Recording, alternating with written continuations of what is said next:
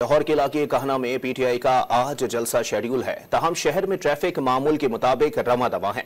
किसी भी मकाम पर ट्रैफिक की रवानी में ताहाल कोई तात्तुल नहीं है। मजीद जानते हैं डॉन न्यूज के नुमाइंदे मोहम्मद तैमूर से। तैमूर, बताइएगा क्या तफसीलात हैं?